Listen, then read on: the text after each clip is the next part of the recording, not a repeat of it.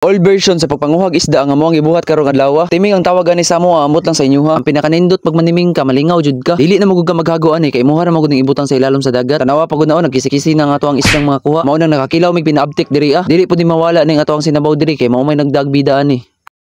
Tirada guys. Wa lagi sayo sa buntag ning adto na ni akong mga tropa diri. Sabot man gud mi nga karong adlaw maniming mi. Kay last time nagbuhat man gud og timing si papa mo nang amuha ng tistingan. Kaning pagkasabutan namo nga maniming mi pinakalit ra jud ni siya. Gabi pagani ko ning chat sila ha pero ninggo man dayon sila. So way paglangan-langan ning abante na mi. Didto ra mi maniming sa Madrid. Diri ra gyapon ni palibot guys sa Island Garden City of Samal. Ang plano man gud namo karong adlaw mag-chill-chill ra mi kana magkaon da plane sa kadagatan ba. Tistingan na namo ning timing ang gibuhat ni papa kay para maka-experience pud mi ani mga tirada sa mga katigulangan sa una. Nagpalit na lang pud mi daan og lamas diri kay para unya pag makakuha tag isda matik makasabaw dayon ta. Lami mo kay ni magigupig og sabaw daplin sa kadagatan tapos fresh nga isda pa jud ang imuhang isudan. Unya naabot na mi diri sa spot nga mo ang panimingan. Alas 8 sa kabuntagon pa dai mi gikan sa balay kay for sure ko karon taob pa jud ni siya. Kaupat ka adlaw na magud karon sa matayon guys. For sure ko ana udto-udto jud ang hunas ana. Pag-abot na ko diri wala ko nag-expect kaning ani pa dai kadako ang dagat. Sa pagkabalo nako pag dako kayo ang dagat dako pug kayo naghunas. Pero ang problema sa pag-adto na mo karon udto na jud kayo ang hunas. Tanawa pagud na operte pa jud dako sa dagat. Wala mi laing mabuhat diri akong dili magpaabot jud mi sa hunas. Mao nang naka-decide mi nga mag-chill-chill sa mi diri daplin sa kadagatan.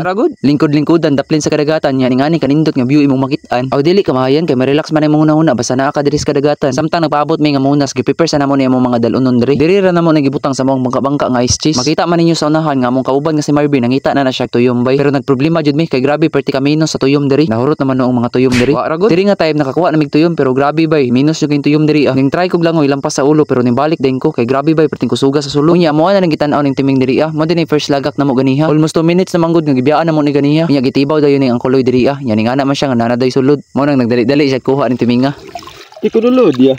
Teka na lord siya. Nalingaw lagi ni sang kuloy diri pagtibaw ni aning timing nakaingon lagi siya teka na lord siya. Wa ra gud epektibo jud ni mga fish traps sa to mga katigulangan sa una ba. Kay tan-awa pagud naon nakakuha na jud mig isda diri. Nakabantay man siguro mo na mi pukot dala pero wala na mo na siya gilagak ha. Gidala ra na mo ning pukot kay in case of dili mi makakitag paon kanina lang amo ang second option ang mamukot. Unya gitibaw na pud ning pare Marvin ning isa ka timing diri nya nakakuha pud siya mga dagko-dagko nga labayan. Ang iyang gigamit nga paon na ning timing kay katong kinason nga talaba. Nga na man gud si papa before mi nang lakaw ganiha. Ang nindot daw gamiton nga paon kay katong kasag pero wala man mi kitag kasagbay mo na tuyom na lang jay madali-dali. Kaning papanguha na mong isda diri is for the vlog ra jud ni siya. Pasalamat gani ko sa akong tropa diri kay gisabayan jud nila. Bisan gani wala pa ta na monetize pero mo padayon ra gihapon ta. Mao nang guys ug naabot kani nga video palihog na lang kog like ug share no. Paki-comment na lang pud ko para makabalo ko kung asa ni naabot nga video. Salamat kaayo. Mao na rin ni tanan kuha na mo guys ubay-ubay na pud ni siya para makasabaw ta karong adlaw. At least gipakita jud na mo ni sa inyo kung giunsa na mo ni pagkuha ni mga isda tanawa pagud naon nagkisi-kisi pa. So ay paglangan-langan nagtak-ang na mig sinabaw diri Lami na mo kay manghigop og sabaw kay perti na magundusla Basta kabalo lang ka mangisda dili jud ka magutuman diri sa mga isla. Pag mubutang di mog timing guys inyo jud na siyang ipaon dito ilalom jud sa kanang balasan. Kay pag once nang hangir maguna siya katong mga paon mga hagbong na maguna siya. Niha day sa pagpangita na kog tuyom perti na kong hadluka kay grabe bay ang dagat perting suluga. Unya natingala pud ko sa dagat ganiha kay ning kalit na magkalubog. Shout out lang pud din ako mga spear fisher dira sa taga Samal Island ng mga kailan ako amping-amping in taon mo guys. Nag-suggest magud ko ni papa nga next content na mo mamana na pud mi pero ning ana siya dili daw kay delikado daw na. Dili na daw siya mousab og pamana kay natagam na daw siya. Mao nang kampantera daw siya sa iya mga gamay nga isda nga makuha. Pero at least sudan gihapon siya. Unya kay luto naman nga to ang sinabaw diri Mga una ta.